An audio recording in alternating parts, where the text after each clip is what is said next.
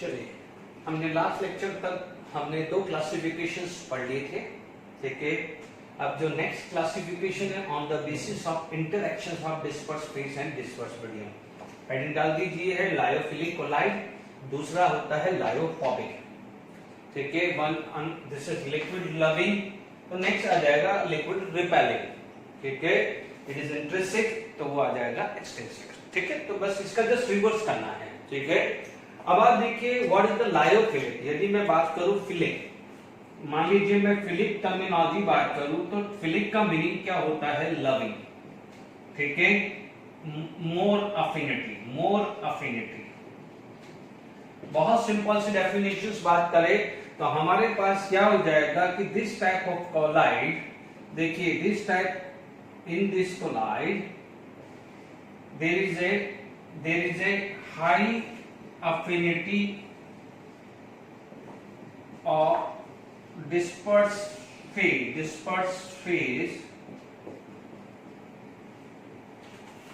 toward dispersion medium, यानी बहुत high medium है ना, यानी in this collide या this collide there is a high affinity of a dispersed phase, मतलब dispersed phase easily dispersed medium के अंदर मिक्स हो जाएगा। आपने डाला dispersed phase, dispersed medium mix हो जाएगा, ठीक है।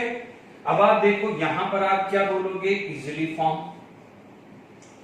जब आपके पास स्ट्रॉन्ग अफिनिटी है तो कोई स्पेशल प्रिपरेशन की जरूरत नहीं है, इजिली फॉर्म हो जाएगा। आप बोल सकते हो it is stable in nature, it is stable in nature, it is stable, it is stable in nature. क्यों बोल रहे हैं कि हम क्या बोलेंगे? It is stable in nature, है ना। देखिए क्योंकि क्या होता है कि no doubt this contain the charge particle, we know that if we add electrolyte in this solution, ठीक है। जैसे फॉर एग्जांपल इसका चार्ज है प्लस, ठीक है। चार्ज कैसे निकालते क्यूब है, मैं इसके बाद की लिस्ट लिख दूंगा कि कौन सा नेगेटिवली चार्ज होता है, कौन सा पॉजिटिवली चार्ज होता है, ठीक है। तो आपने सपोज ये नेगेटिवली चार्ज है, ठीक है, आपने डाल दिया इलेक्ट्रोलाइट, तो electrolyte have a both part positive as well as negative part. तो अब आप देखो what happen when if it is negatively charge, in that case positive part from the electrolyte come in contact, तो क्या होगा? इसका negative charge loss होना चाहिए। नेगेटिव चार्ज लॉस हो जाएगा तो what happen, it is going to be convert into neutral. Negative positive क्या हो जाएगा? न्यूट्रल हो जाएगा। तो जब न्यूट्रल हो जाता है तो it start to get precipitate, यानी सॉल्यूशन से बाहर आ जाता है। If it start to precipitate हो जाएगा तो it is going to be unstable, it is going to be unstable. तो इसीलिए क्या होता है कि it is stable in nature because no effect of addition of electrolyte, no effect of addition of electrolyte, ठीक है। It is stable in nature because no effect of addition, जगह नहीं है इसलिए ये फर्स्ट पॉइंट। सेकेंड पॉइंट यहां पर आप पूरा लैंग्वेज में लिख सकते हैं, it can easily form, it does not require any special method, ठीक है। अब आप देखिए यहां पर हम बात करें तो आप बोलोगे it is known as reversible sol. बहुत इंटरेस्टिंग चीज है, it is known as reversible sol. अब रिवर्सिबल सॉल्ट क्यों बोला है? सपोज आपके पास क्या जाएगा? Disperse phase and disperse medium, मान लीजिए वाटर है, ठीक है। We know that if the disperse medium is water, तो we use to say hydrosol. क्या बोलते हैं हम उसे? हाइड्रोसॉल। डन। तो अब देखिए यहां पर it is known as reversible sol, तो क्या होगा? If dispersion medium is remove by any method, by any method, आप कोई भी फिजिकल मेथड यूज कर सकते हो, और आपने डिस्पर्सन मीडियम को हटा दिया, ठीक है, ठीक है। If dispersion medium is remove by any method, then once again if dispersed phase is added, once again dispersed phase is added into dispersion medium, then it form salt। क्या हुआ? ठीक है, आपके पास disperse phase and dispersion medium था, मान लीजिए water है, वाटर को आपने इवोपरेटेड कर दिया, ठीक है। जब वाटर इवोपरेटेड कर दिया तो बचेगा क्या, सिर्फ डिस्पर्स फेज, ठीक है। वापस से हमने वाटर लिया, अब आपको पता है कि disperse phase have a high affinity of water, तो वापस से आप वाटर डालोगे तो डिस्पर्स फेज की अफिनिटी थोड़ी कम हुई है, वो तो वही है, डिस्पर्स फेज की अफिनिटी कम थोड़ी हुई है, तो वापस से क्या हो जाएगा, वो मिक्स हो जाएगा। एक सिंपल सी बात है, सपोज मान लीजिए आज हम हमारे फ्रेंड से मिलते हैं, ठीक है। आज मान लीजिए हमने फ्रेंड है, गपशप मारी, आराम से बातचीत करी, बहुत घूमे फिरे, खेले कूदे, जो भी खाया पिया, ठीक है। अब मान लीजिए नेक्स्ट डे सॉरी उसी दिन क्या है, फ्रेंड अपने घर चला जाता है, ठीक है। नेक्स्ट डे वापस फ्रेंड आता है, तो क्या हमारी क्या है, वो जो अफिनिटी है या अफेक्शन है या लव है जो भी हमारे फ्रेंड के लिए, क्या वो चला जाएगा, नहीं चला जाएगा ना। हमारा अच्छा फ्रेंड है तो वापस दूसरे दिन आएगा, हम आराम से वही गपशप मारेंगे, खाना पीना खाएंगे, घूमे फिरेंगे। तो is it clear to all of you. तो सिमिलरली क्या हो जाता है कि देख लीजिए, if friend is go to his home, ठीक है, then once next day if it will come, then क्या होगा, वापस से हमारी बातचीत शुरू हो जाएगी, क्योंकि हमारे लिए उसकी अफिनिटी है या उसकी हमारे लिए अफिनिटी है। पॉइंट क्लियर हुआ। तो ये ध्यान रखना, it is known as a reversible sol if disperse medium is remove by any method, then again it is disperse once again if disperse phase is added into disperse medium, then it form sol या colloid, वापस बन जाएगा, ठीक है। यहां पर हम बात करते हैं, ठीक है, it is known as hydrophilic. अब आप देखो, फिलिक का मतलब तो होता है लविंग, हाइड्रो का मतलब if dispersion medium is water, if the dispersion medium is water होगा तो इट इज नॉन एज लायो, इसको क्या बोलेंगे, it is known as lyophilic, lyo hydrophilics, ठीक है। तो हमारे पास यहां तक क्लियर हो गया है, ठीक है। मान लीजिए अब हम एग्जांपल की बात कर लेते हैं, ग्लू, जिलेटिन, स्टार्च, ठीक है, बहुत सारे आ सकते हैं, ग्लू आ गया, जिलेटिन आ गया, स्टार्च आ गया है। तो these are the various examples हम आप बात कर सकते हैं। Is it clear. तो ये एटसेट्रा क्या हो जाएगा, these are the examples of lyophilic colloid. जैसे जैसे याद आएगा हम और बात करते रहेंगे। तो lyophilic colloid I hope clear हो गया होगा, ठीक है। तो यहां तक हमारे पास बात आ गई है, ठीक है। ग्लू, जिलेटिन, स्टार्च है। यदि हम बात कर लें तो प्रोटीन्स भी आ सकता है, क्योंकि दिस नेचुरली सॉल्युबल आ जाता है, ठीक है। नेचुरल में आप बात कर, देखिए एक चीज का ध्यान रखना, कोलाइड, पॉलीमर, जो भी पॉलीमर है, फ्यूचर में आप ध्यान रखना पॉलीमर, अभी मैं इस टॉपिक के बाद आएगा मैक्रोमोलिकुलर कोलाइड्स। तो जितने भी पॉलीमर है, यानी जो स्टार्च बोल दूं तो it is also polymer, protein it is also polymer, rubber it is also the polymer, ठीक है। ये पॉलीमर का चैप्टर में पढ़ेंगे, ठीक है। तो जितने भी पॉलीमर होते हैं these are considered as a colloid. अभी मैं मैक्रोमोलिकुलर कोलाइड में इसको लूंगा, तो आप ले सकते हो, आप पॉलीमर भी ले सकते हो। देखिए पॉलीमर के अंदर आप बात कर सकते हो, जैसे प्रोटीन्स, हमने लास्ट लेक्चर में प्रोटीन्स के बारे में बात करी है, एंजाइम्स, ठीक है। प्रोटीन्स आ गया है आपका, रबर आ सकता है, ठीक है। या अब आप देखो एग एल्बुमिन, ठीक है, ये सब क्या है, egg albumin is also the proteins. ये मैं बायोमोलिक्यूल्स पढ़ाऊंगा, तो वहां पर फाइब्रस एंड ग्लोबुलर प्रोटीन्स आएगा, ठीक है। तो वहां पर मैं ये बात करूंगा, प्रोटीन आ गया है, रबर आ गया है, स्टार्च आ गया है। तो these are the examples. Is it clear to all of you? Okay. तो ये आई होप एग्जांपल क्लियर हो गया है। सेकंड फटाफट से हम कंप्लीट कर लेते हैं। अब आप देखो सेकंड वाला हमें आपको बात करना है, तो यहाँ पर फोबिया, फोबिया है ना, ये आ जाएगा, ये आ जाएगा, है ना। मैंने ज्यादा नहीं, मैं इसमें चीज करता रहूंगा, ज्यादा कुछ नहीं है। आप एक चीज please, I request you for this chapter NCERT book, जो देखो हर चैप्टर के लिए एनसीईआरटी बुक करते रहिए, ठीक है। लायोफोबिक, लायोफोबिक, फोबिया, फोबिया, ठीक है ना। लिक्विड रिपेलिंग बोल सकते हो, ठीक है। एक्सट्रिंसिक बोल सकते हो, ठीक है। तो सेकंड पार्ट ये क्लियर हो गया है। तो अब आप देखेंगे वन बाय वन मैं इसमें ही मॉडिफिकेशंस करता रहूंगा। देखिए यहां पर आ जाएगा फोबिक। फोबिक का मतलब क्या होता है? रिपेलिंग यानी फोबिया। जैसे मान लीजिए किसी को केमिस्ट्री का फोबिया होता है, कितना भी पढ़ लो नहीं पढ़ पाते हैं, ठीक है ना, बट केमिस्ट्री इजी होता है, धीरे धीरे आपको पता हो जाना चाहिए, ठीक है। ये फोबिक आ गया है। फोबिक का मतलब क्या होता है? रिपेलिंग। रिपेलिंग हो गया है, हेटिंग वर्ड यूज हो सकता है, ठीक है ना, उसको पसंद नहीं, डिस्पर्स फेस को डिस्पर्स मीडियम पसंद ही नहीं है। मान लीजिए हमें कि कोई पर्सन पसंद ही नहीं है, तो वो बार बार हमारे पास आएगा, तो हम क्या करेंगे? जबरदस्ती बात करेंगे यदि कोई जब बोलता है, नहीं तो अदरवाइज क्या करेंगे? उसको दूर से ही टाटा बाय बाय कर देते हैं। समझना इस चीज को, ठीक है।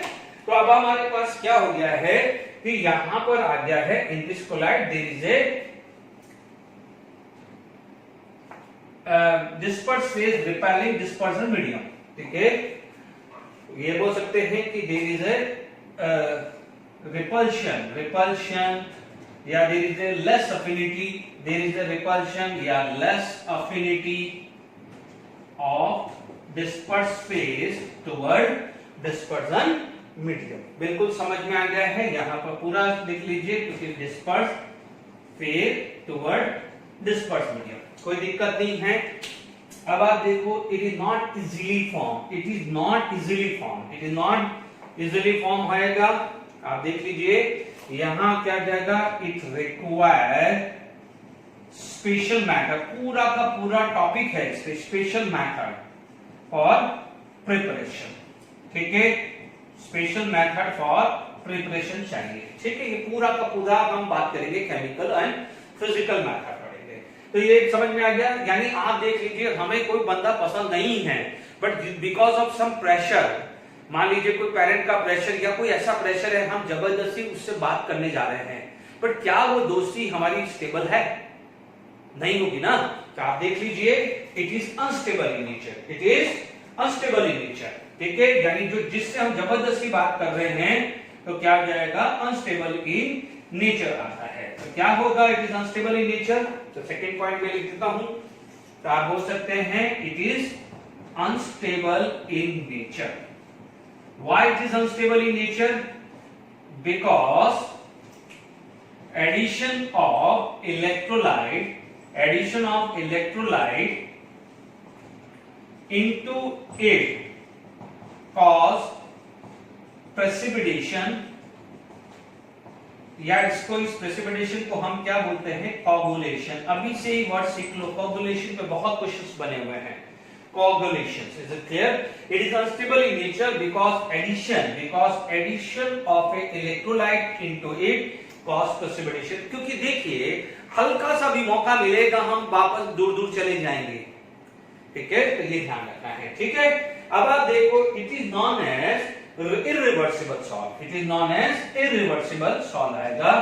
यानी इसको क्या बोलेंगे हम? It is known as irreversible sol. But मैंने क्या करा है? जस्ट उसका उल्टा किया है, ये समझ लीजिए। इरिवर्सिबल सॉल्व का क्या हो जाएगा? If dispersion medium is remove by any method. आज वो आप कोई एक पर्सन आपसे मिलने आया, आपको मतलब फुटी आंख नहीं सोता है, नहीं देख पा, नहीं पसंद है, उसका नेचर नहीं पसंद है, बट मान लीजिए पेरेंट ने बोला नहीं बेटा एक बार बात तो कर ले उससे, क्या कुछ काम आ जाए। अब वो घर चला गया, तो वापस नेक्स्ट डे आता है, तो क्या आप बात करोगे? नहीं करोगे। तो क्या बोलोगे?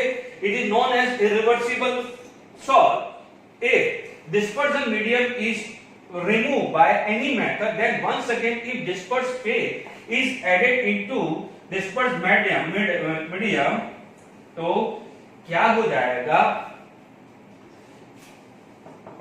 It does not form salt या colloid, नहीं बनेगा। बड़ी मुश्किल से तो बनाया है, बड़ी मुश्किल से तो बनाया है, बड़ी मुश्किल से तो राजी किया है कि बात कर लो, बड़ी मुश्किल से राजी किया है बात कर लो, फिर वो घर चला जाएगा, तो वापस से नेक्स्ट डे आएगा, तो जब एक दूसरे को वो पसंद ही नहीं है, तो क्या करना पड़ेगा? वापस से स्पेशल मेथड यूज करना पड़ेगा, ठीक है ना। तो ध्यान दीजिएगा, it is known as irreversible sol if the dispersion medium is removed by any method. Is it clear?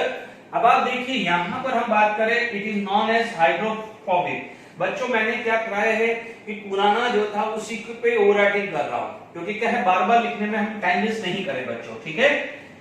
अब आप देखिए यहां पर, क्योंकि वापस से रब करो, वापस से वो सारी चीजें लिखो, मतलब नहीं है, ठीक है। यहां पर क्या है, हाइड्रोफोबिक, क्या आ जाएगा, हाइड्रोफोबिक इन नेचर, ठीक है, क्योंकि फोबिया है, उसको फोबिया है। डिस्पर्स फेज को किसका फोबिया है, disperse phase have a phobia of dispersion medium. पहले वाले में क्या था, disperse phase have a love toward dispersion medium. तो जब किसी का लव है डिस्पर्स फेज का तो इजीली बन जाएगा, और क्या है, फोबिया है तो इजीली फॉर्म नहीं होगा। Is it clear. यहां पर हम बात करें एग्जांपल्स की बात कर सकते हैं, ठीक है। आपका सिल्वर आ गया है, गोल्ड सॉल आ गया है, मान लीजिए आर्सेनिक सल्फाइड सॉल आ गया है, एल्यूमिनियम हाइड्रोक्साइड आ गया है, iron hydroxide etcetera. These are the sol, बहुत सारे सॉल है, सिल्वर है, सल्फर सॉल आ गया है, ठीक है, सल्फर भी ले सकते हो, ठीक है। ये सारे के सारे क्या है, नॉन नेचुरल रह जाते हैं, ठीक है, या ऐसा समझ लीजिए जो भी एलिमेंट फॉर्म में है वैसा याद रख लीजिए, वो सारे के सारे नेचुरली मिलते हैं, ऐसा समझ लीजिए। यानी जो भी है एल्यूमिनियम्स हैं, या ये देखो, या तो ये एलिमेंट्स होंगे या उनके कंपाउंड होंगे, ट्रिक बता रहा हूं, ये एलिमेंट होंगे या उनके कंपाउंड होंगे, वो क्या है, किसी न किसी तरह का कोई मिक्सचर है या कंपाउंड है या सब्सटेंसेस है, जो भी आप याद रख सकते हो, ठीक है ना। स्टार्च क्या है, स्टार्च क्या जाएगा, it is the polymer form of carbohydrates, ठीक है।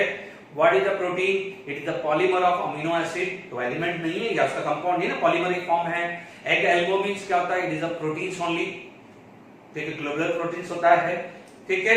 अब मान लीजिए आपके पास हमने और कौन से एग्जांपल पढ़े थे, ग्लू पढ़ा था, ये सब जिलेटिन पढ़े थे, तो ये जो ऐसे कुछ सब्सटेंसेस है तो वो लायोफिलिक मैग्नेट, ट्रिक ध्यान रखना है, ये एलिमेंट और उनके कंपाउंड लायोफोबिक, बाकी जो बच जाते हैं these are known as lyophilic sol आ गया है, ठीक है। तो हमने आपको एक बता दिया है, थोड़ा सा क्या है, इसको क्या है, टेबुलर फॉर्म में भी हम लिख लेते हैं, कल को कोई क्वेश्चन आ जाता है तो इजीली कंपेयर करना आसान हो जाता है, ठीक है।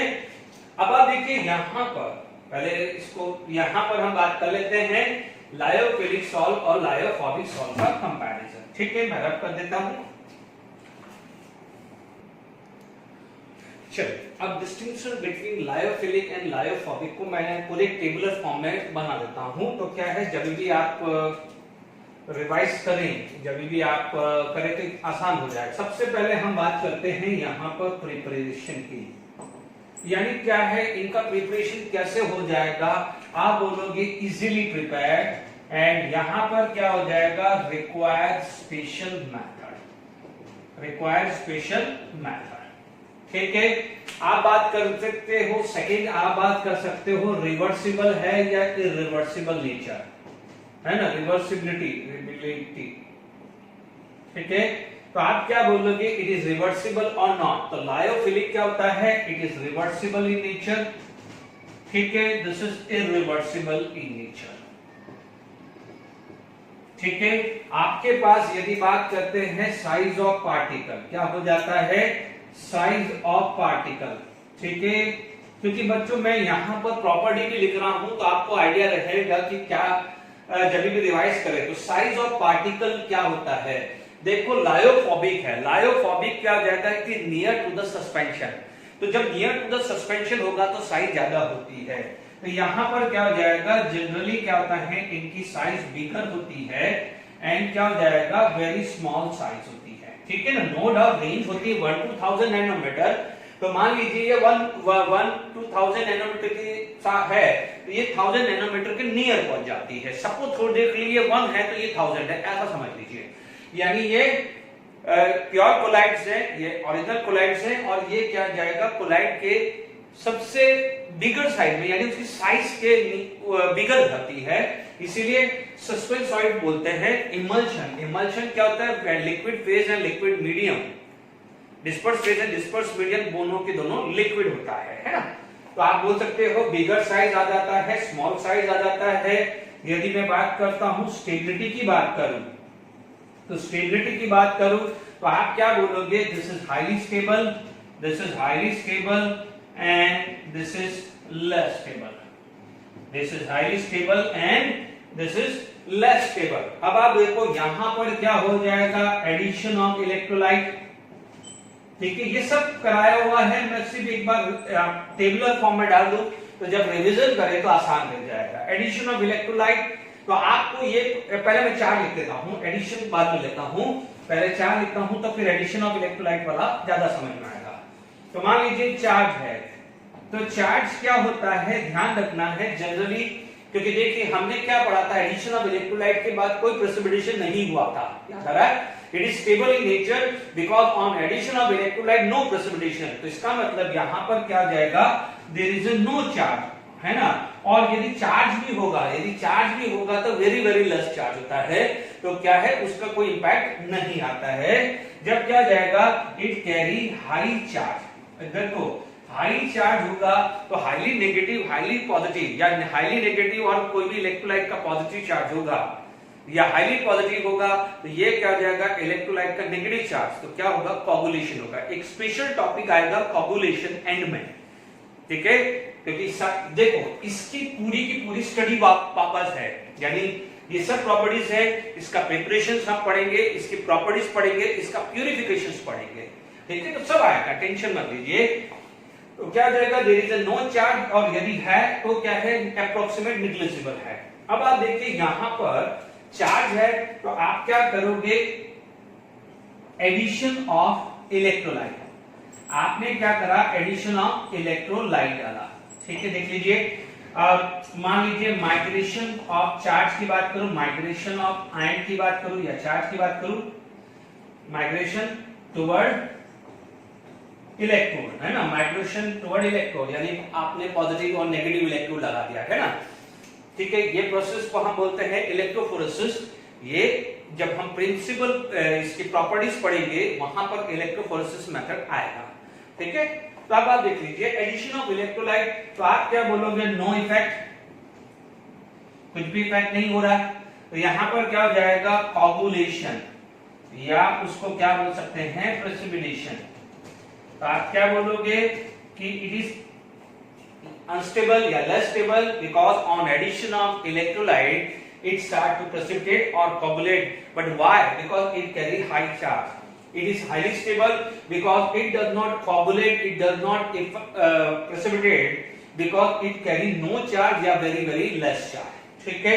अब आप देखो migration of electrode, migration toward electrode, जब चार्ज ही नहीं है तो क्या जाएगा, माइग्रेशन होगा ही नहीं, तो आप क्या बोलोगे, नो माइग्रेशन।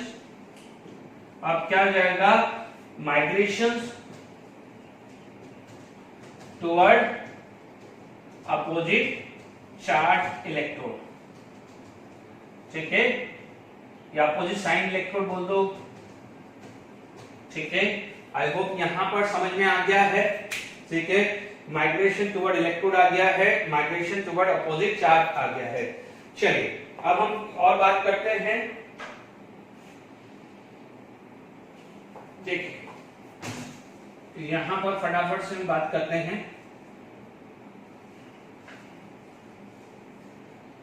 ये कितना था, 1 2 3 4 5 6 7 8 नंबर है ना, 8 नंबर हम फटाफट बात कर लेते हैं।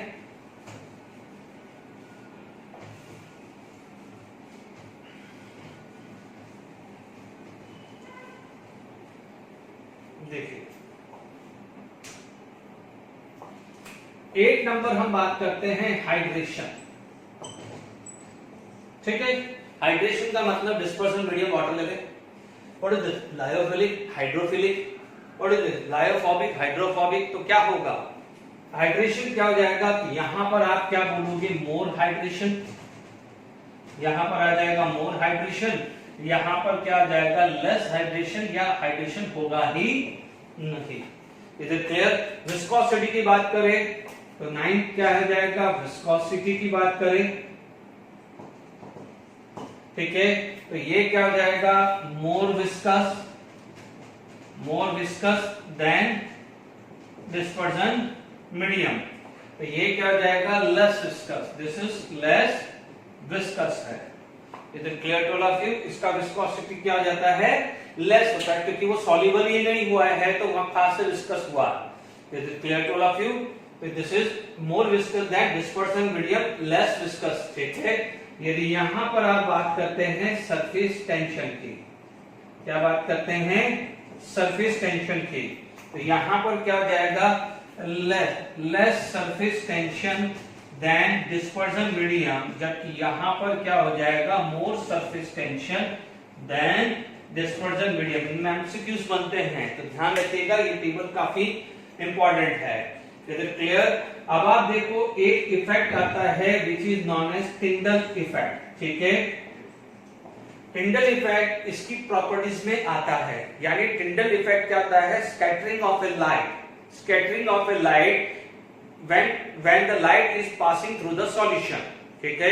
अब इसकी साइज ज्यादा है, इसकी साइज ज्यादा है। आप समझ लीजिए कि यहां पर एक बॉल है, मान लीजिए हम पूल खेल रहे हैं ठीक है, तो हमने मान लीजिए एक बॉल से स्ट्राइक कराया या कैरम खेल रहे हैं, मान लीजिए किसी ने पूल नहीं खेला तो कैरम है, स्ट्राइकर से मान लीजिए हमने मारा है, तो व्हाट हैपन, साइज ज्यादा होती है तो क्या वो स्ट्राइकर स्ट्राइक होगा और स्कैटर करेगा, बिकॉज इसकी साइज ज्यादा है। तो when light passing from the solution, तो दिस लाइट गेट्स स्कैटर, तो इस लाइट गेट्स स्कैटर, इसे क्या बोला जाता है, टिंडल इफेक्ट। क्या बोलते हैं हम उसको, टिंडल इफेक्ट बोलते हैं, ठीक है।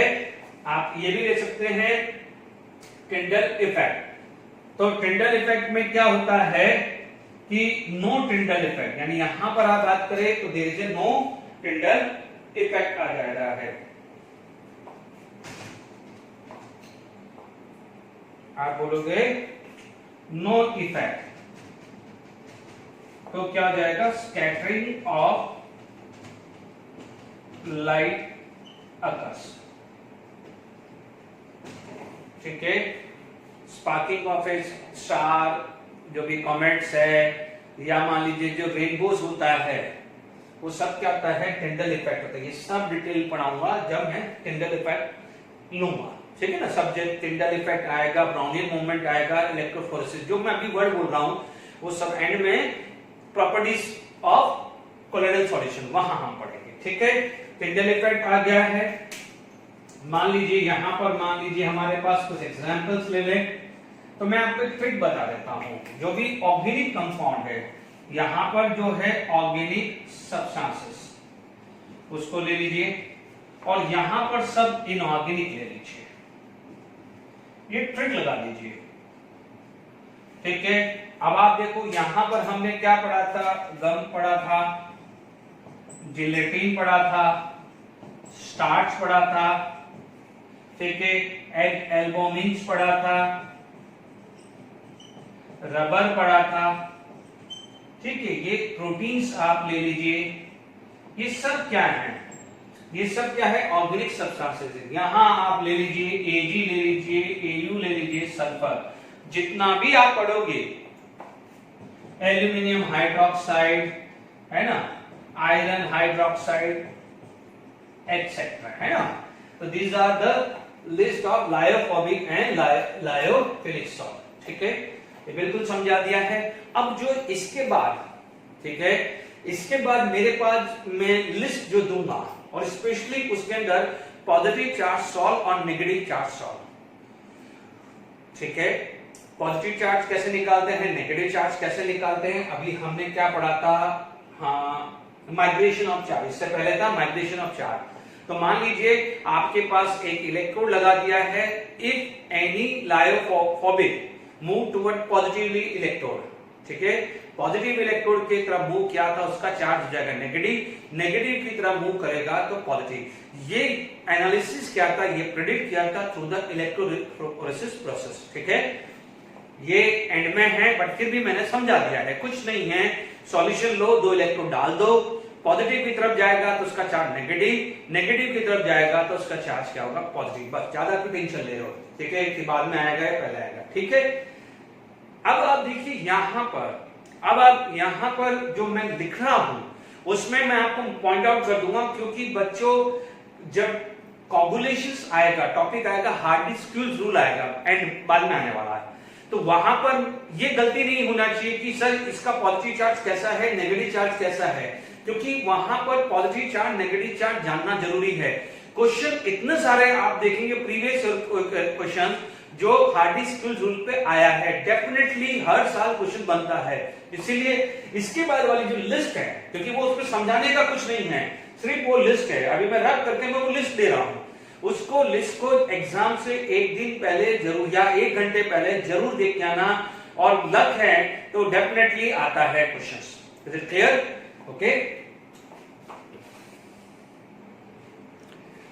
देखिए अभी तक हमने जो पढ़ा है, मैंने फटाफट से ये लिस्ट है तो मैंने बना दी है, ठीक है। On the basis of chemical composition, देखिए एक ऑर्गेनिक साइड है, दिशा इनऑर्गेनिक, अब बिल्कुल डिफरेंशिएट हो जाएगा ऑर्गेनिक और इनऑर्गेनिक, इसलिए मैंने सिर्फ फटाफट बोर्ड पे लिख दिया है, नोट करिए, ठीक है।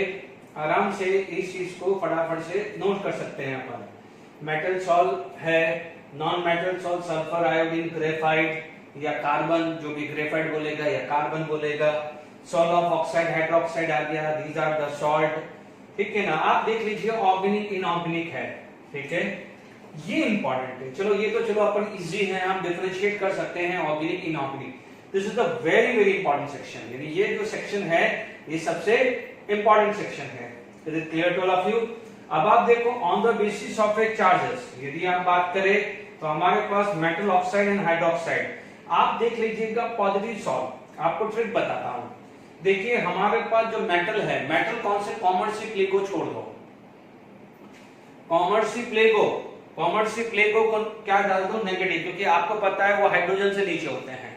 Is it clear? दूसरी बात करें तो मेटल ऑक्साइड है तो यानी जो कॉमर्स प्लेगो से ऊपर है उसको पॉजिटिव में डाल दो, और कॉमर्स प्लेगो से नीचे है उसको नेगेटिव में डाल दो।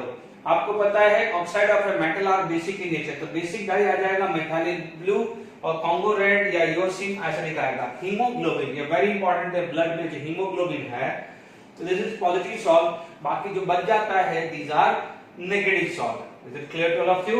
आपको क्या क्या ध्यान रखना है, कॉमर्स प्लेगो से ऊपर के मेटल, ठीक है। इसमें एक चीज और नहीं लिखी है, metal hydroxide, yes metal oxide और हाइड्रोक्साइड आ गया है, ठीक है। तो मेटल ऑक्साइड एंड हाइड्रोक्साइड यानी कॉमर्स प्लेगो से ऊपर वाले वो सब आ जाएंगे positive. Basic di methyl blue याद रखना, बी से बी याद रहेगा, बी का बेसिक, बी से याद रखना, हीमोग्लोबिन खास कर ध्यान रखना, ठीक है। दीज आर द नेगेटिव 16 आ गया है, ठीक है। तो अब आपके पास ये जो लिस्ट है बच्चों ध्यान रखना, ये लिस्ट में बहुत आगे आगे लेने वाला हूं, क्वेश्चन उस पे आए हुए हैं, मैं क्वेश्चंस आए हुए हैं, ये लिस्ट अच्छे से, ये लिस्ट भले ही याद, ये तो आसान है, ये लिस्ट अच्छे से तैयार करके जाना, इसका मैं यूज बहुत आगे लेने वाला हूं, तो इसलिए अभी से ही लिखा के रख दिया है मैंने। Is it clear? ओके, अब इसमें नेक्स्ट बात करते हैं ऑन द बेसिस जो है एग्रीगेशंस पे, हम नेक्स्ट टॉपिक लेते हैं, ठीक है। देखिए हमारे पास नेक्स्ट टॉपिक आ जाएगा माइक्रो मॉलिक्यूलर कोलाइड, नाम से समझ रहे हैं माइक्रो। देखिए इसके अंदर होता क्या है कि लेट इट बी, आपके पास कोई एटम है, एटम जो है उनकी साइज है छोटे छोटे छोटे छोटे एक एग्रीगेट कर होते हैं। मान लीजिए एक एटम है, उसकी कुछ भी साइज होगी, उसका रेडियस कुछ भी होगा। अब मान लीजिए ये एक छोटे छोटे छोटे एटम है, वो मिलके एक साइज क्या हो जाती है, बड़ी हो जाती है, उसे बोलते हैं माइक्रो मॉलिक्यूलर कोलाइड, ठीक है। यानी आप क्या बोलोगे, यानी एटम, ठीक है ना। एक समझ लीजिए, मैं आपको क्या बात कर रहा हूं, जैसे अपन बोलते हैं बूंदी के लड्डू, ठीक है ना, लड्डू खाते होंगे अपन, तो छोटा छोटा जब बना होगा, देखिए एकदम लड्डू तो बनते नहीं है, पहले क्या हो जाएगा, बूंदी बनाई जाती है, जो भी हलवाई है वो बूंदी बनाते हैं, देन क्या करते हैं, उसको क्या करते हैं, या हमारे घर में जो लड्डू बनते हैं, ठीक है, तो उसमें क्या है, पहले छोटे छोटे पार्टिकल्स होते हैं, फिर क्या है, उसको एग्रीगेट किया जाता है और उसकी साइज क्या हो जाती है, बड़ा है। यानी preparation of laddu is a multi molecular colloid, बस माइक्रो मॉलिक्यूलर कोलाइड। देखो एक मल्टी होता है, एक माइक्रो होता है, मल्टी मतलब नंबर ज्यादा है, स्मॉलर साइज होगी तो माइक्रो, मास ज्यादा होगा तो मैक्रो, बस सीधी सी बात है, ठीक है। अब आप देखिए यहां पर हमारे पास बात करें, हमारे पास तो माइक्रोमोलिकुलर कोलाइड, तो आप क्या बोलोगे, on dissolution the aggregations of the aggregations of atom or small molecules, ठीक है, on can form solution which lie in the range of colloidal solution, which lie in the range of colloidal solution, ठीक है ना। एक solution बना जिसका जो range है it will lie in the range of colloidal solution, ठीक है। यहाँ पर 1 to 1000 नैनोमीटर होता है, बट कई बार क्या हो जाता है इसकी साइज को देखिए, no doubt NCERT book 1 to 1000 nanometre होता है, बट जनरली क्योंकि छोटी साइज होती है ये माना जाता है कि 1 नैनोमीटर से साइज छोटी होती है, ठीक है। बट क्योंकि मैं एनसीईआरटी का रेफरेंस ले रहा हूं तो 1 to 1000 नैनोमीटर ले रहा है, बट कहीं आप पढ़ रहे हो तो 1 नैनोमीटर से नीचे लिखा हुआ मिले क्योंकि माइक्रो है, छोटी साइज होती है, तो ये ध्यान रखिएगा, ठीक है ना। तो यहाँ पर जो भी एग्जाम्पल जो आ जाते हैं, तो on dissolution the aggregations of atom laddoo of small molecules can form a solution which lie in the range of colloidal solution, ठीक है। आप एग्जाम्पल आप लिख सकते हो, जैसे यहाँ पर एग्जाम्पल आ गया है, गोल्ड सॉल आ गया है, ठीक है, सल्फर सॉल आ गया है, S8 सॉल आ गया है। These are the example of micromolecular, नाम से होगा n नंबर ऑफ 1000 माइक्रोमोलिक्यूल्स क्या हो जाएगा, will form colloidal. Is it clear? अब आप देखो इसी के अंदर एक वर्ड आता है मैक्रो, मैक्रोमोलिकुलर। देखो मैक्रोमोलिकुलर भी इसी तरह से ही होता है, it is going to be form solution. यदि मैं मैक्रोमोलिकुलर की बात करूं तो कुछ नहीं है, जो भी पॉलीमर है, आपको पता है polymer having very high molecular mass, very high molar mass, ठीक है। जो भी पॉलीमर होते हैं, पॉलीमर का जो सॉल्यूशंस होता है उसे हम क्या बोलते हैं, मैक्रोमोलिकुलर कोलाइड्स, ठीक है। आप क्या बोल सकते हो, मैक्रोमोलिकुलर कोलाइड, ठीक है, मैक्रोमोलिकुलर कोलाइड्स, ठीक है। अब आप देखो इसके अंदर क्या बोलेंगे, नाम से ही समझ में आ रहा है मैक्रो, इसका मतलब इनमें जो साइज होगी बिग साइज होगी, ठीक है। साइज इनकी क्या हो जाएगी, बिग हो जाएगी। क्लियर टू ऑफ की साइज क्या हो जाएगी, बिग हो जाएगी, ओके। यहां पर साइज बिग हो जाती है, ठीक है। इसमें ये भी बोला जाता है मे और मे नॉट बी कोलाइडर, मे और मे नॉट बी कोलाइडर, ये भी ध्यान रखना है, ठीक है। Polymer having high molecular mass है।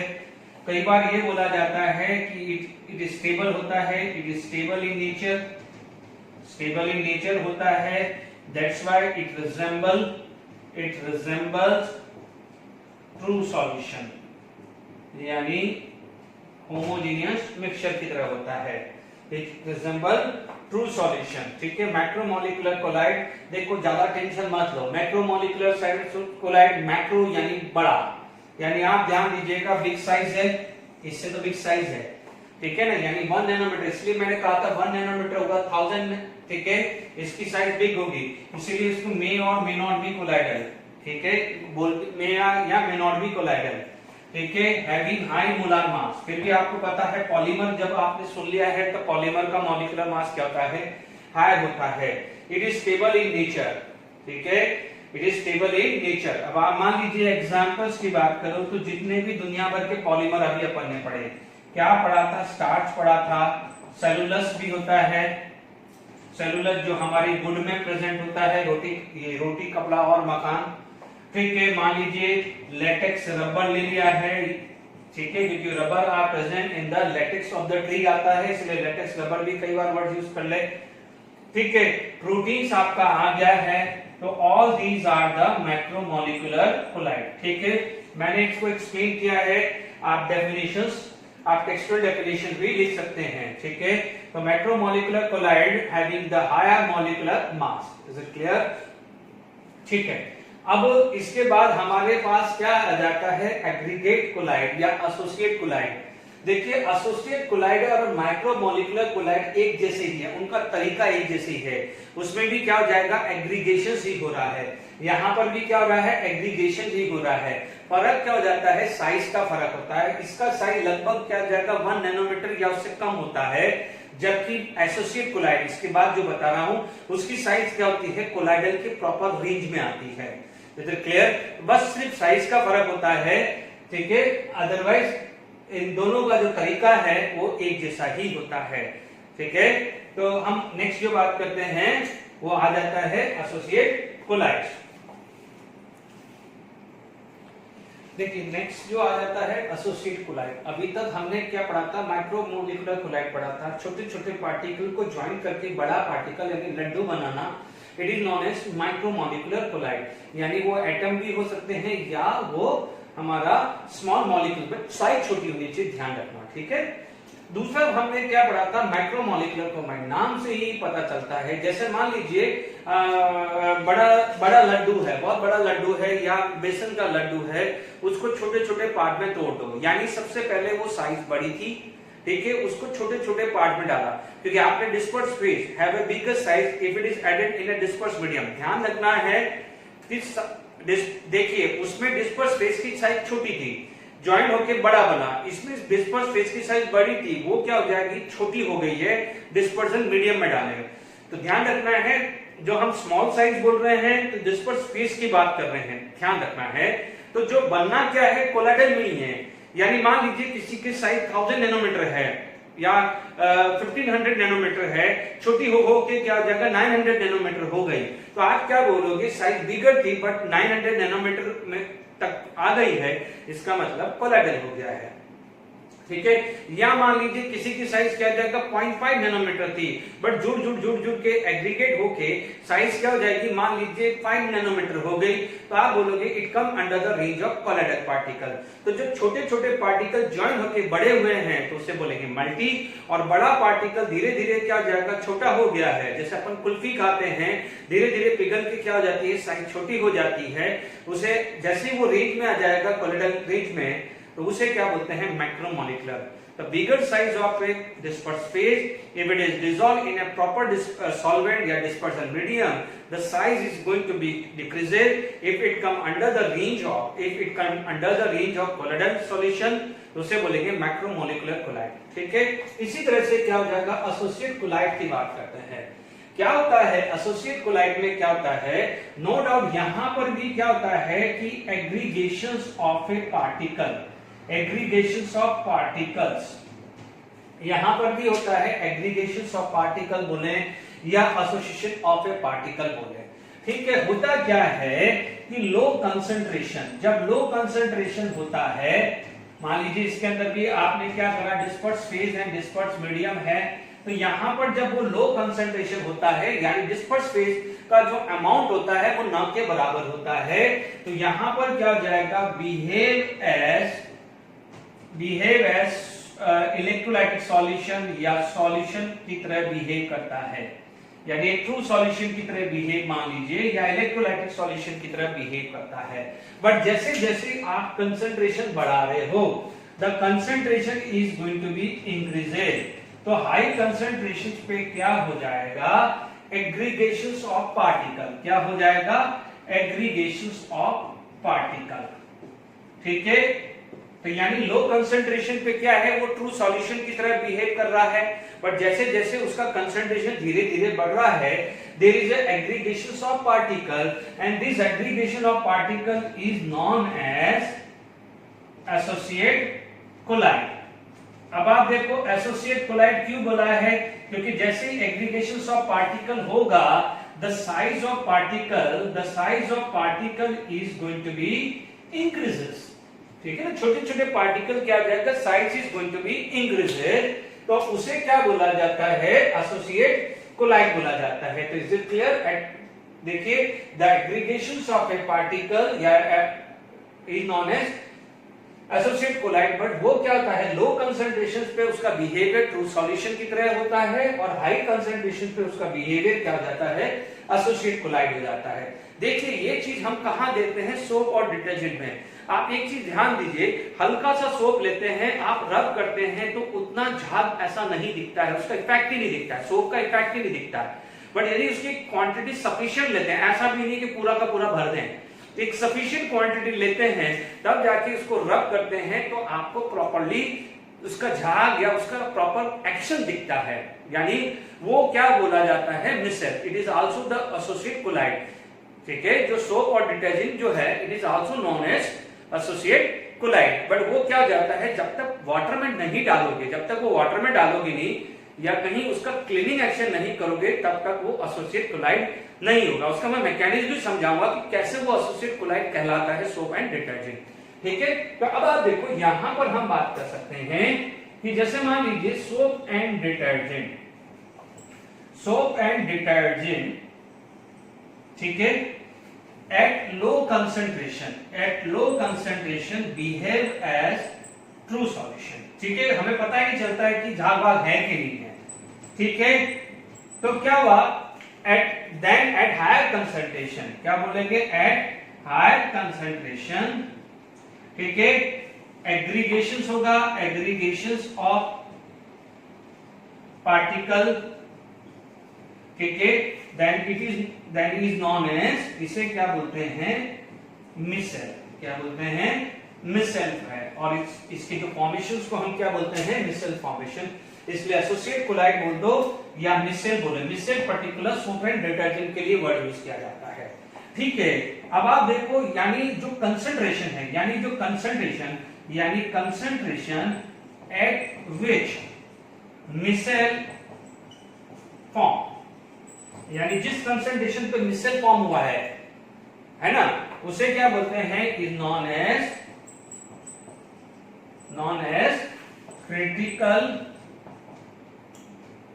क्रिटिकल मिसेल फॉर्मेशन, ठीक है। इसको क्या बोला जाता है, CMC, ठीक है। और इसका रेंज लिया जाता है 10⁻⁴ मोलार टू 10⁻³ मोलार। इसका मतलब इस कंसंट्रेशन से नीचे हो, 10⁻⁴ से नीचे होगा तो नो ट्रू सॉल्यूशन, और इससे ऊपर आ जाएगा तो वो क्या हो जाएगा, प्रेसिपिटेट हो जाएगा।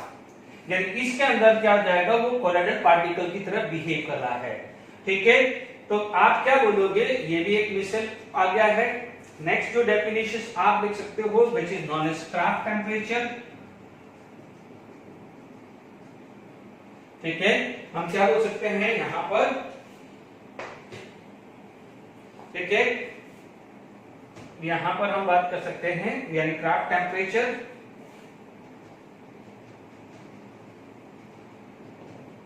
देखिए आप क्या बोल सकते हो क्राफ्ट टेम्परेचर को, the temperature above which surfactant, बच्चों surfactant, ये वर्ड क्या होता है, surfactant, अभी मैं समझाऊंगा, अभी डेफिनेशन लिख दीजिए, the temperature above which surfactant, यानी surfactant जो इंटरफेस के बीच में आता है। जैसे अभी आप लिख लीजिए, जब मैं इसका क्लीनिंग एक्शन समझाऊंगा तो सर्फेक्टेंट को भी आप डिफाइन कर दूंगा, टेंशन मत लीजिए। The temperature at which the surfactant form micelle, ठीक है, is known as Krafft temperature, ठीक है। इसको कई बार क्या हो जाएगा, TK से भी बोला जाता है। तो आई होप समझ में आ गया, एसोसिएट कोलाइड यानी एक लो कंसंट्रेशन के पे वो क्या है, एक सॉल्यूशन की तरह बिहेव करता था। हायर कंसंट्रेशन पे क्या होता है, aggregation of a particle, so the size is going to be increased. If it can come under the range of colloidal particle, उसे बोलेंगे एसोसिएट कोलाइड। एग्जांपल हमने लिया, soap and detergent at a low concentration behave as a true solution, but जैसे जैसे उसका concentration बढ़ाओगे, quantity बढ़ाओगे, आप देख लीजिए एक क्लॉथ है, आपको क्लॉथ है या उसको रब करना है, तो एक जब तक सब सर्टेन क्वांटिटी नहीं लाओगे तब तक वो रिमूव नहीं होगा। Is it clear? तो अब आपके पास क्राफ्ट टेम्परेचर हमने लिख दिया है, इज इट क्लियर? अब देखिए इसको, इसके बाद इसका मैकेनिज्म हम बात कर लेते हैं। क्राफ्ट टेम्परेचर आ गया, ठीक है, इसका मैकेनिज्म फटाफट से हम बात कर लेते हैं कि कैसे मिसेल फॉर्मेशन होता है। Is it clear?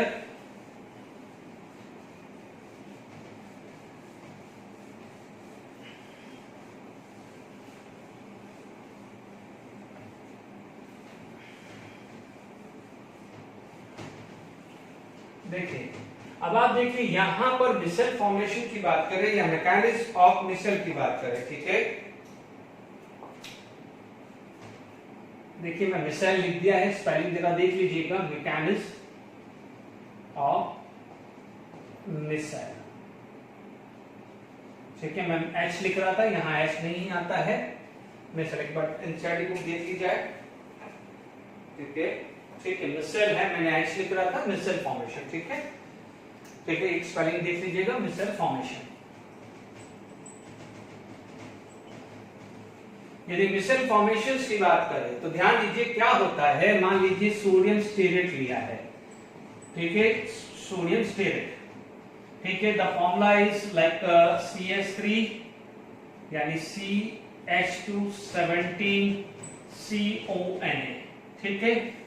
This is the formula of sodium stearate, ठीक है। जैसे ही मान लीजिए मैंने वाटर के अंदर डाला, वाटर के अंदर डाला तो it is going to be ionised, it is going to be ionised, ठीक है। ये क्या हो जाएगा, वाटर में डालते ही क्या हुआ, आयनाइज हुआ है, ठीक है। जब आयनाइज हुआ है तो इसके पास क्या है, this part is known as polar head, इसको क्या बोलते हैं, पोलर हेड, और इसको क्या बोलते हैं, नॉन पोलर हेड, क्या बोलते हैं, नॉन पोलर हेड बोलते हैं। ध्यान दीजिए, लाइक डिसॉल्व लाइक, इसीलिए वो आयनाइज हुआ है। Is it clear? अब मान लीजिए कई बार हम क्या करते हैं, ग्रीस, हमारी बॉडी पे ग्रीस लग जाता है, मतलब शर्ट पे ग्रीस लग जाता है, क्लोथ पे लग जाता है, या मान लीजिए कई बार आपने देखा होगा कि कॉलर की साइड क्या है, कई बार डस्ट लगती है। होता क्या है, हमारी बॉडी से ऑयल निकलता है, ठीक है, वो हमारी कॉलर पे या यहाँ पर लगता है, और जो भी सराउंडिंग में जो डस्ट है वो वहां पर ऑयल पे जाके चिपक जाता है। इसलिए जब भी हम एक बार पहन लेते हैं तो नेक्स्ट डे क्या है, क्लीनिंग के लिए डाल दिया जाता है, ठीक है। तो क्या किया जाता है उसके अंदर, पर्पस क्या होता है, ढंग से देख लीजिए। क्लीनिंग का एक्शन कैसा होता है, जो क्लोथ को साफ करना है उसको डीप किया जाता है, ठीक है, और उसमें क्या हो जाता है, रब करते हैं, क्या करते हैं, रब करते हैं, ठीक है। कैसे रब करते हैं, सोप लगाया, सोप को कहां पर रखते हैं, जहां पर ऑयल यानी डस्ट लगा हुआ है या ग्रीस लगा हुआ है। ऑयल का नेचर भी ऑर्गेनिक है तो ग्रीस का नेचर भी ऑर्गेनिक है, तो दोनों एक तरीके से ही, इसका जो मैकेनिज्म है दोनों का एक जैसा ही है, ठीक है ना। कई बार मान लीजिए ग्रीस लग जाता है, काला काला हो जाता है, या ऑयल जो हमारी बॉडी पे है उसके ऊपर डस्ट लग जाता है, उसी को हम क्लीनिंग एक्शन ऑफ सोप या डिटर्जेंट बोलते हैं, ठीक है। तो अब आप देखो, क्लीनिंग एक्शन ऑफ सोप या डिटर्जेंट भी साथ के साथ समझा रहा हूं। अब होता क्या है कि सपोज आपके पास ये ऑयल ड्रॉप है, let it be this is the oil drop, ठीक है। अब आप देखिए, this is non polar head, क्या हो जाएगा, it will attract toward oil, this will attract toward oil, यानी क्या हो जाएगा, इट विल रिपेल वाटर, ये क्या करेगा, वाटर को तो रिपेल करेगा, बट क्या जाएगा, ऑयल को क्या करेगा, अट्रैक्ट करेगा, it attract toward oil, it attract toward oil, यानी लाइक डिसॉल्व लाइक। तो अब आप देखिए, इसको थोड़ी देर के लिए मैं आर लिख रहा हूं, इस पूरे पार्ट को क्या लिख रहा हूं, आर की पूरा फॉर्मूला लिखना पड़ेगा मुझे। तो अब आप देखिए क्या होता है कि जो नॉन पोलर पार्ट है वो तो ऑयल में चला जाता है, non polar part is going to be on oil, तो ये क्या हो जाएगा, RCO माइनस, क्योंकि जो पोलर पार्ट है वो क्या है, ऑयल रिपेल करेगा, ठीक है, यानी यहां पर क्या है, वाटर है, ये जो क्लोथ है, क्लोथ के ऊपर क्या है, जैसे मान लीजिए क्लोथ है, क्लोथ के ऊपर कोई गंदा गंदा हो रहा है, ठीक है, आप क्या करेंगे, यहां पर सोप अप्लाई करोगे तो यहां पर अंदर आग चला जाएगा, CO माइनस बाहर रहेगा, क्योंकि जो अंदर है ऑयल है वो क्या है, ऑर्गेनिक कंपाउंड, तो जो ऑयल है it can repel by polar part and क्या है, attract bye non polar part, ये तो पढ़ा हुआ है ना, लाइक डिसॉल्व लाइक। तो यहां पर क्या हो जाएगा, RCO minus, RCO minus, RCO minus, ऐसे करके क्या होता है, एग्रीगेशन होता है, RCO माइनस, RCO माइनस। ये अज्यूम किया जाता है कि एक ऑयल के अंदर 30 to 100 मॉलिक्यूल्स आते हैं, ये जो फॉर्म है ये 30 to 100 मॉलिक्यूल्स एग्रीगेट हुए होते हैं। अब आप देखो यहां पर क्या हुआ है, एक एग्रीगेशन हो गया है, ये एक एग्रीगेशन हो गया है, किसका, सोप का, क्योंकि ये सोप का क्या है, आर पार्ट अंदर चला गया है, और क्या जाएगा, बाहर क्या जाएगा, CO माइनस पार्ट आ गया है। तो अब आप देखो कि ये एक क्या बन जाएगा, मिसेल। अब आप देखो यहां पर क्या था, वाटर और ऑयल, क्या कौन सा यहाँ पर वाटर था और यहाँ पर क्या था, ऑयल था। तो यहाँ पर क्या हुआ, सर्फेक्टेंट है, यानी ये क्या कहलाएगा, सर्फेक्टेंट। सर्फेक्टेंट क्या हुआ है, मिसेल फॉर्म कर दिया कि नहीं कर दिया, इज इट क्लियर। तो मिसेल का मतलब होता है aggregation, this is not as aggregation. Surfactant क्या हो जाता है, जो ऑयल और वाटर के बीच में किसी तरह का कुछ मिसेल या किसी तरह का कोई चार्ज पार्टिकल बना देता है या किसी तरह का एसोसिएट कोलाइड बना देता है, उसे क्या बोलते हैं, सर्फेक्टेंट। ठीक है, अभी मैं इसका क्लासिफिकेशन भी आगे बात करूंगा। तो यहां पर हुआ क्या है, यहां पर जो बना है वो बना है मिसेल। ठीक है, मिसेल फॉर्मेशन। प्लीज ला पीछे से एच की स्पेलिंग हटा देना, मैंने मिसेल लिख दिया था। ठीक है, कोई बात नहीं, तो स्पेलिंग से तो कोई लेना देना नहीं है। अब देखिए यहां पर आपके पास मिसेल बन गया है, तो what is the meaning of micelle, कैसे बनता है, वो ऐसा गया है। अब आप देखो इसमें क्लीनिंग एक्शन कैसे हुआ है, हाउ क्लीनिंग एक्शन कैसे हुआ है। जब मिसेल बन जाता है, तो मिसेल बन जाता है तो क्लीनिंग एक्शन कैसे होता है, ऑफ सोप एंड डिटर्जेंट। यदि मैं सोप एंड डिटर्जेंट का क्लीनिंग एक्शन की बात करूं तो हुआ क्या है, it behave as a negative ion. यानी एक सिंगल ऑयल मॉलिक्यूल से उसमें 30 से लेके 100 का कोई एग्रीगेशंस करके एक मिसेल बन जाता है। तो now this can behave like this, यानी ये है oil, these are the oil. ठीक है, छोटे छोटे, बहुत छोटे छोटे हैं ऑयल। अब उसके ऊपर क्या हो जाएगा, ये पोलर पार्ट ऐसा आ रहा है, नेगेटिव चार्ज, ये नेगेटिव चार्ज, ये नेगेटिव चार्ज। ठीक है, मैं छोटा सा बना रहा हूं समझाने के लिए। ठीक है, ये ऐसा कुछ नेगेटिव चार्ज आ गया। अब आप देखो लाइक चार्ज के बीच में क्या हो जाएगा, रिपल्शन। क्या हो जाएगा, लाइक चार्ज के बीच में क्या हो जाएगा, रिपल्शन। जब रिपल्शन हो जाएगा तो क्या होगा, दिस पार्टिकल गेट दिस, क्या हो जाएगा, डिसोशिएट हो जाएंगे, यानी छोटे छोटे डिसोसिएशन हो जाएगा। यानी क्या होगा, यहां पर डिसोसिएशन अकर हो जाएगा इन पार्टिकल्स का। ठीक है, तो आप देखिए ये जो छोटे छोटे पार्टिकल है वो डिसअपियर, मतलब डिस्पर्स हो जाएंगे। ठीक है, यानी बिखर गए हैं। ठीक है, थोड़ा डायग्राम समझ लीजिए। अब आप देखो, यानी नाउ जो ऑयल न्यूट्रल था, जब सोप अप्लाई नहीं किया था, जो ऑयल न्यूट्रल था वो अब ऑयल बन गया है नेगेटिव चार्ज। पहली बात है। अब हम क्या करते हैं, आप देखिए समझिए कैसे क्लीनिंग एक्शन होता था। जो जहां पर डस्ट लगा हुआ है, पहले क्या करते हैं, हल्का सा वाटर डालते हैं, सोप अप्लाई करते हैं। उसका पर्पस क्या होता है, जो सोप होता है या डिटर्जेंट होता है उसका नेगेटिव और पॉजिटिव पार्ट आता है। हम एक प्रॉपर, आप एक चीज समझ लीजिए, हल्का सा एक बार लगा दीजिए, कभी भी क्लीनिंग एक्शन नहीं होगा, क्योंकि लोअर कंसंट्रेशन पे वो मिसेल फॉर्म हुआ ही नहीं है। एक एप्रोप्रिएट कंसंट्रेशन लेते हैं, ऐसा भी नहीं है कि बहुत ज्यादा पूरा का पूरा सोप लगा देते हैं, एक सफिशिएंट अमाउंट का कंसंट्रेशन रखते हैं। ठीक है, हमने क्लीनिंग एक्शन लगाया, तो आप समझ लीजिए जब वो रब किया है, मिसेल बना, रब किया तो आप क्या करोगे, इस पे सोप लगाया, ऑयल के ऊपर सोप लगाया है, तो उसका मतलब मिसेल होगा। उसके बाद क्या करते हैं, अभी तो वॉशिंग मशीन होगी, वॉशिंग मशीन को साइड में कर दो, हम हमारे हाथ से धो रहे हैं, तो क्या करेंगे, उसको रब करते हैं, यस और नो। अब रब करते हैं तो क्या हो जाएगा कि मिसेल बनने के बाद वो नेगेटिवली चार्ज हो गया। जब रब करते हैं तो नेगेटिव चार्ज क्या हो जाएगा, कांटेक्ट में आएंगे, तो लाइक चार्ज पास में आ जाएगा, तो क्या हो जाता है, रिपल्शन हो जाता है। ठीक है, तो क्या हो जाता है, रिपल्शन हो गया। तो यानी रिपल्शन हो गया, तो जो एक बड़ा मॉलिक्यूल सा ऑयल का, जो बड़ा मॉलिक्यूल सा ऑयल का, वो छोटे छोटे में डिसोशिएट हो गया। अब वो छूट गया है, तो वो क्या हो जाएगा, एक इंडिपेंडेंट हो गया है। अब क्या करेंगे, उसको हम वाटर में डिप कर देते हैं। देखिए याद करिए, रब करने के बाद क्या करते हैं, वाटर में डिप करते हैं। वाटर में डिप करते हैं तो क्या है, सफेद हो जाता है। ठीक है, तो उसमें जैसे ही वाटर के अंदर डिप किया है, तो ये वाला जो पार्ट है वो वाटर में चला जाता है, and this part is free from the cloth, this part is free from the cloth. Is it clear. तो जब यही वाला जो पार्ट हुआ है, तो ये क्या हो जाएगा, this is soluble in water, soluble in water. तो ये वाला पार्ट जो है, जो ऑयल जो पहले था वो न्यूट्रल था, बट ऑयल अब क्या हुआ, सोप लगाने के बाद क्या हुआ है, छोटे छोटे क्या हो जाएगा, नेगेटिव चार्ज बन गया है, एंड उसको जैसे वापस से वाटर के अंदर डिप किया है, and this part is soluble in water. Now our cloth is free from the oil या free from the ग्रीस, ठीक है। इसको क्लीनिंग एक्शन ऑफ सोप बोल सकते हैं। यदि ग्रीस की बात करें तो उसे बोलते हैं इमल्सिफिकेशन ऑफ ग्रीस। क्या बोलते हैं? इमल्सिफिकेशन ऑफ ग्रीस, ठीक है। तो आप इसका दूसरा, यदि ग्रीस हो है तो उसका नाम इमल्सिफिकेशन ऑफ ग्रीस भी बोलते हैं। Is it clear to all of you? तो आई होप ये क्लीनिंग एक्शंस आपका मिसेल का आपको आ गया होगा। Is it clear? ठीक है, तो आप वापस से सुन लीजिए। माइक्रो छोटे छोटे पार्टिकल ज्वाइन हुए हैं बट साइज बहुत बड़ी नहीं हुई है।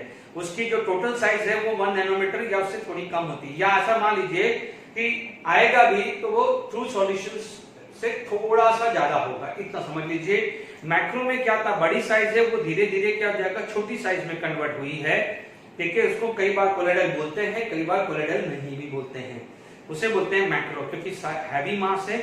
इसमें क्या हो जाएगा, लो कंसंट्रेशन पे वो ट्रू सॉल्यूशन की तरह बिहेव कर रहा है, बट जब हमने कंसंट्रेशन बढ़ाया है तो एग्रीगेशन ऑफ पार्टिकल अकर, ठीक है, उसे क्या बोलते हैं, एसोसिएट कोलाइड। जब यदि सोप या डिटर्जेंट है तो इसका नाम हो जाता है मिसेल। क्या बोलते हैं?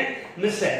एंड जो कंसंट्रेशन जहां पर वो प्रोड्यूस हो रहा है उसे बोलते हैं सीएमसी, क्रिटिकल मिसेल कंसंट्रेशन। और जहां पर सरफेक्टेंट मिसेल फॉर्म कर देता है, यानी इस जहां मिसेल हुआ है यहां पर जो टेम्परेचर है उसे आप बोलते हैं craft temperature. The surfactant which produce the micelle, ठीक है, या the temperature above it, the surfactant form micelle are known as Kraft temperature। यानी क्राफ्ट टेम्परेचर के नीचे मिसेल फॉर्मेशंस होगा ही नहीं, ये ध्यान रखना है, ठीक है। तो सीएमसी, क्रिटिकल, ये भी क्लियर हुआ है। अब हम आगे बढ़ते हैं, ठीक है। देखिए मैंने डेफिनेशन लिख दिया है, जो जेडब्ल्यू नीट की तैयारी करे just definition point of view ध्यान रखना है। The surfactants are those substances which are preferentially absorb on the interface like oil water. अभी हमने ऑयल वाटर का पढ़ा है, एयर वाटर पे भी हो सकता है, ऑयल वाटर इंटरफेस। अब आप देखो सर्फेक्टेंट हमने अभी ये वाला लिया था, ठीक है, सर्फेक्टेंट हमने लिया था, तो क्या है surfactant, it is responsible for the formations of micelle, formation of micelle and emulsification। emulsification किसमें यूज होता है? ग्रीस में, ठीक है, इसके लिए ये रिस्पांसिबल होता है, ठीक है। बिल्कुल सिंपल सा है, ज्यादा सोचूंगा। एनायनिक, देखिए सर्फेक्टेंट में आपके दो पार्ट थे, एक था हाइड्रोफोबिक, यानी जो वाटर को क्या जाएगा रिपेल करता था, और यानी जिसको हम नॉन पोलर पार्ट बोलते थे, और एक होता है हाइड्रोफिलिक यानी पोलर पार्ट जो वाटर को लव करता है। सिंपल सी बात है, ध्यान दीजिएगा। अब आप देखो ये पार्ट है, तो देखिए सर्फेक्टेंट में दोनों पार्ट होते हैं, एक होता है हाइड्रोफोबिक, है ना, हाइड्रोफोबिक जो होता है वो होता है न्यूट्रल, ठीक है, यानी नॉन पोलर, और एक होता है हाइड्रोफिलिक। हाइड्रोफिलिक क्या होता है? Polar part. अब वो पोलर पार्ट क्या हो सकता है? प्लस भी हो सकता है, तो ये माइनस भी। यदि प्लस होगा, ये प्लस होगा तो कैटायनिक बोलोगे, और माइनस होगा तो एनायनिक बोलेंगे। आप लोगों ने एसिड के सॉल्ट पढ़े हैं, सल्फोनिक एसिड, एसिडिक एसिड। तो जो एसिड के सॉल्ट बने हैं, वो सोडियम सॉल्ट हो या पोटेशियम सॉल्ट हो या अमोनियम सॉल्ट हो, वो डेफिनेटली क्या हो जाएगा, जब यहाँ आयनाइज होगा तो this is going to be negative part, this is going to be negative part. तो अभी हमने एनायनिक लेके यूज किया था ना, हमने क्या करा था, ये नॉन पोलर पार्ट था, ये ऑयल के अंदर गया, ये नॉन पोलर पार्ट ऑयल के अंदर गया, ये नॉन पोलर पार्ट ऑयल के अंदर गया, this is non polar part. Polar part क्या है? बाहर रहा, तो दिस नॉन पोलर का क्या हुआ? एग्रीगेशंस हुआ है, and it is going to be form micelle. अब आप देखो सिमिलरली क्या हो जाएगा, बाहर पोलर पार्ट में ये भी रह सकता है, ये वाला भी क्या हो जाएगा, तो this part can act as a hydrophilic and remaining part can act as a hydrophobic. तो similarly this part can act as a hydrophilic. ये क्या हो जाएगा? हाइड्रोफिलिक हुआ, तो बाकी जो पार्ट है, जो ऑर्गेनिक पार्ट है, उसे क्या बोलोगे? हाइड्रोफोबिक होगा, ठीक है। ये क्या हो जाएगा? हाइड्रोफिलिक, दिस इज हाइड्रोफिलिक, तो ये वाला पार्ट क्या हो जाएगा? Hydrophobic. Is it clear to all of you? अब आप देखो दोनों में एक केस ऐसा आता है जो दोनों ही नहीं मिलते, उसे बोलते हैं नॉन आयनिक। क्या बोलते हैं? नॉन आयनिक बोलते हैं। अब जो नॉन आयनिक वाला है वो रेयरली पूछते हैं, बट ठीक है, लिख देते हैं हम कि नॉन आयनिक यानी थर्ड कैटेगरी आ जाती है नॉन आयनिक सरफेक्टेंट। ठीक है, क्या होता है, कोई भी ग्लूकोज ले लिया है, ठीक है, मान लीजिए आपके पास ये फॉर्मूला है, ठीक है, व्हेन ट्रीटेड विद दिस, ठीक है, तो आप देख लीजिएगा ये माइनस ये प्लस, ये क्या हो जाएगा प्लस ये माइनस, सिंपल सी बात है। मान लीजिए ये आपके पास है ए मोल, दिस इज ए मोल, तो ये क्या मान लीजिए बी मोल, तो अब आप देख लीजिए ये माइनस यहां जाएगा तो CXHY, ठीक है, O CH2OH, ठीक है। अब आप देख लीजिए यहां पर कोई भी वैलेंसी सेटिस्फाइड कर दीजिए, जैसे यहां OH आ गया तो मान लीजिए बी मोल आ गया है, तो ये ए मोल सेट हो गया, दिस इज द ए मोल यहां पर सेट हो गया है। आप ये जरा देख लीजिएगा, ठीक है, लेट बी, ये बी आ गया ये, ठीक है, तो हम यहां पर बात कर सकते हैं, ठीक है, या तो आप इसको ऐसे रख दो या दूसरी तरीके से ऐसा लिख, मतलब आप ये ध्यान दीजिएगा जिसे क्या बोलेंगे नॉन आयनिक, यानी alcohol when treated with ethylene oxide, तो जो कंपाउंड बनेगा उसके अंदर OH पार्ट जो आ जाएगा वो आ जाएगा हाइड्रोफिलिक और रिमेनिंग पार्ट क्या आ जाएगा हाइड्रोफोबिक आएगा। तो क्लियर, या आप कोई दूसरी जगह कोई फॉर्मूला लिखे तो वी नो दैट अल्कोहल का फॉर्मूला ये होता है, दिस इज अल्कोहल फॉर्मूला, मान लीजिए CH2CH2O है। दूसरी तरीके से ये भी लिख सकते हैं आप CnH2n+1, ठीक है, OCH2CH2 आया, मान लीजिए ये आपका ए मोल है, तो देखिए ये ऐसा कुछ आ सकता है, दिस इज द ए मोल या लाइक दिस, तो आप देख लीजिएगा कि ये नॉन आयनिक है, ठीक है।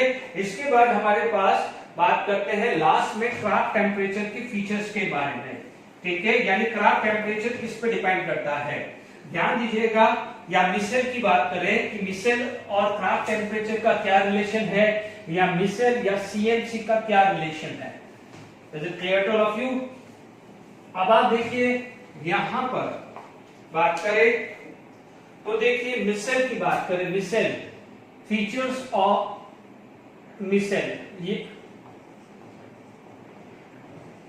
ठीक है, यहां पर आप देखेगा delta G is equal to delta X minus T delta S, micelle बना है तो आप बोलोगे डेल्टा G नेगेटिव, क्योंकि कोई चीज बनी है तो आप क्या बोलोगे delta H should be negative, तो ध्यान रखना कि delta H should be positive होना चाहिए, तभी ये माइनस ये पॉजिटिव होगा, तभी क्या है मिसेल T टेम्परेचर पे हो जाएगा, ये ऐसा अज्यूम किया जाता है।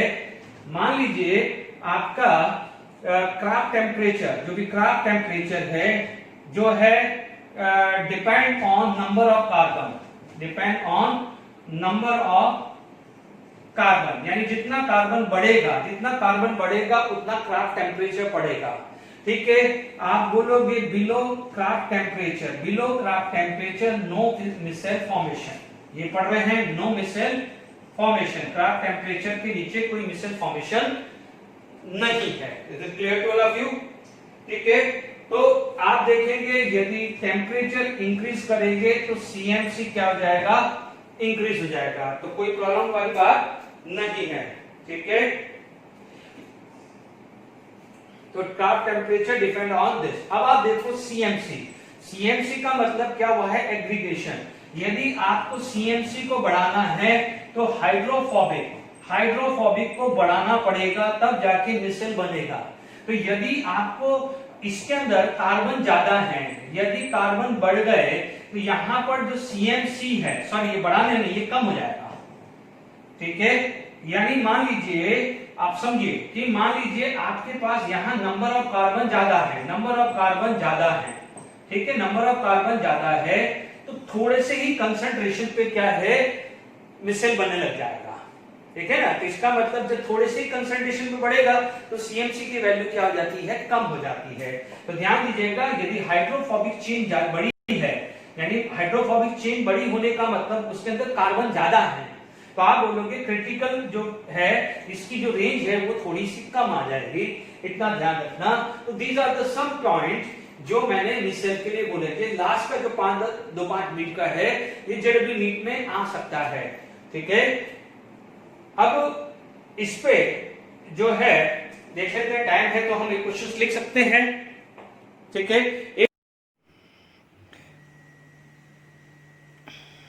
देखिए अभी आप लोगों ने पूरा रीड कर लिया होगा क्वेश्चन। इसमें दिया हुआ है सोडियम स्टीरेट, ठीक है, that is CS3।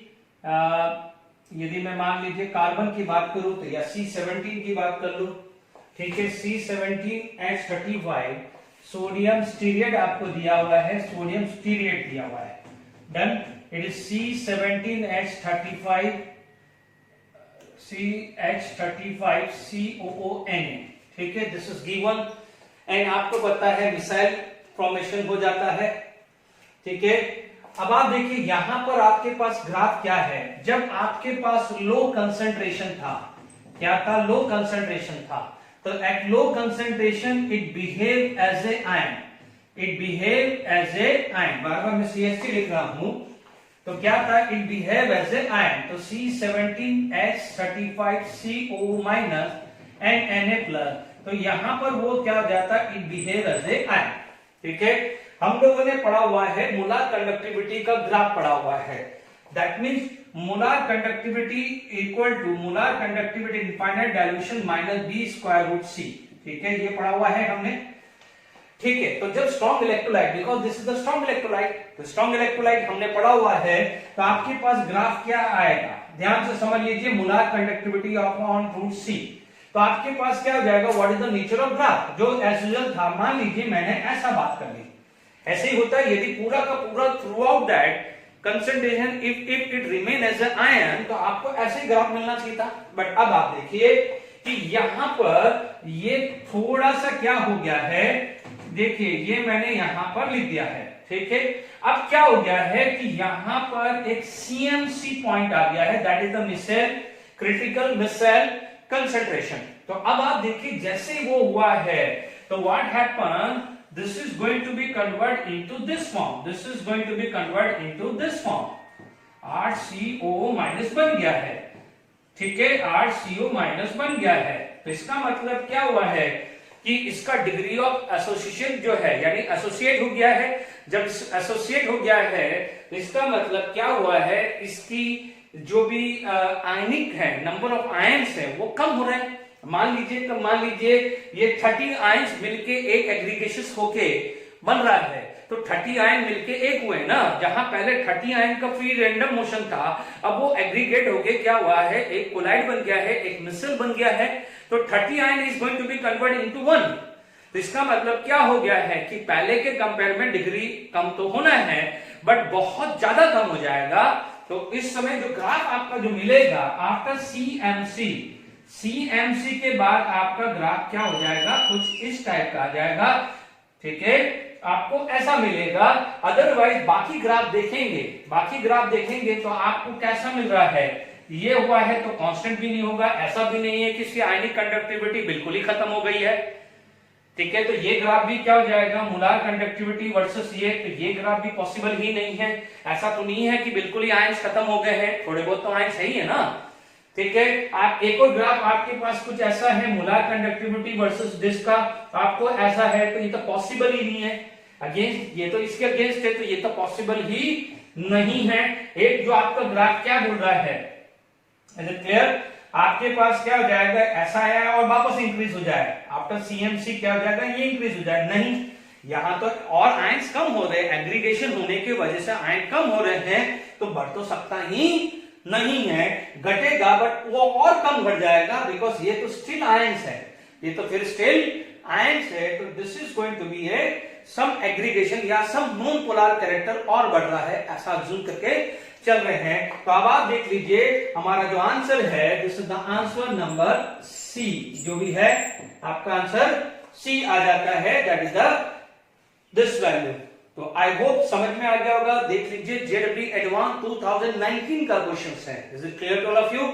I hope आपको समझ में आ गया। Thank you for today lecture.